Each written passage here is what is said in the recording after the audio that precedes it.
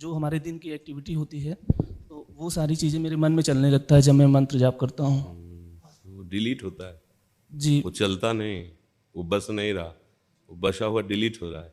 तो हमें डिलीट तो करना है। खाली हो जाएगा मन तो प्रिया प्रीतम के प्रेम से रूप से भर जाएगा। धैर्यपूर्वक रहो। भजन करने वाले उपासक को धैर्य चाहिए। मन में जो भरी हुई गंदगी है वो निकल रही है। जितना आप भजन करोगे उतने बुरे विचार आपको दिखाई देंगे।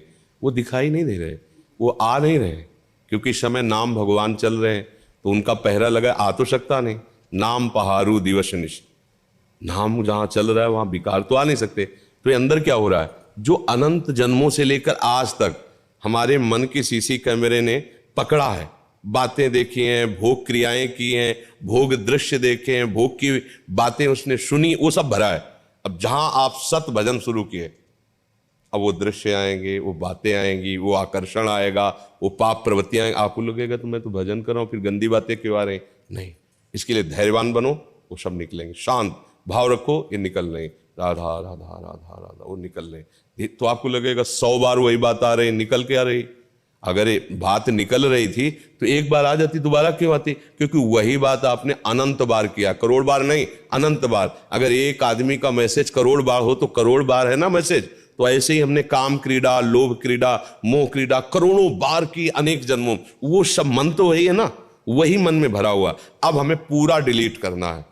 तो मंत्र, नाम, साधना, इसी से मन निर्मल होता है। यही मन की मलिनता है। वासनाएं, चिंता, कामनाएं, ये भोग प्रवृत्ति की तृष्णा, इसी का तो नाश भजन करता है। तो जब उपासक को सत्संग नहीं मिलता जैसे, और नाम जप करा, तो जब गंदी गंदी बातें आती तो जलन होती, तो उसको लगता है भजन नहीं करते थे तब अच्छा था, अब जब से भजन शुरू किया तब से और अशांति बढ़ गई। ऐसा नहीं है।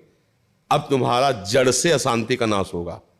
वो धीरे धीरे धीरे धीरे सबका नाश करके वो अंदर भगवान का, जिस समय नाम स्टॉक में आ जाएगा तो आप आनंद से फूल दे घूमेंगे, नाचेंगे। जैसे मीरा जी नाच नाच के कह रही, पायो जी पायो मैंने राम रतन धन पायो, वस्तु अमूलक दी मेरे सतगुरु निस दिन बढ़त। अब हमारे अंदर अभी तो बहुत कूड़ा करकट जमा है ना, तो झाड़ू लगेगी तो निकलेगा ही नहीं। ऐसे कूड़ा समझ में नहीं आ रहा होगा, अभी झाड़ू लगाई जाए तो ढेर सारा कूड़ा निकलेगा।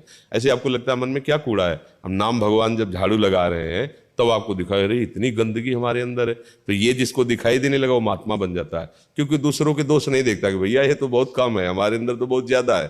क्योंकि नाम जब जपता है, सब देखता है, तो असलियत समझ में आ जाती है।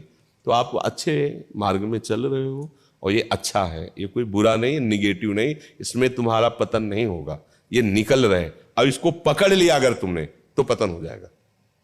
वो शीन सामने लाया और आप उसमें आसक्त हो गए कि यार ऐसा भोग कैसे करें, वो पूर्व संस्कार है और तुम उसे नवीन करना चाहते हो, अब फंस गए। बिल्कुल नहीं, न द्वेष न राग निकल रहा है, चुपचाप रहो, निकल रहा है, वो जा रहा है जा रहा है। तो आगे चल करके आप देखेंगे कि आपका हृदय शीतल हो गया, शांत हो गया।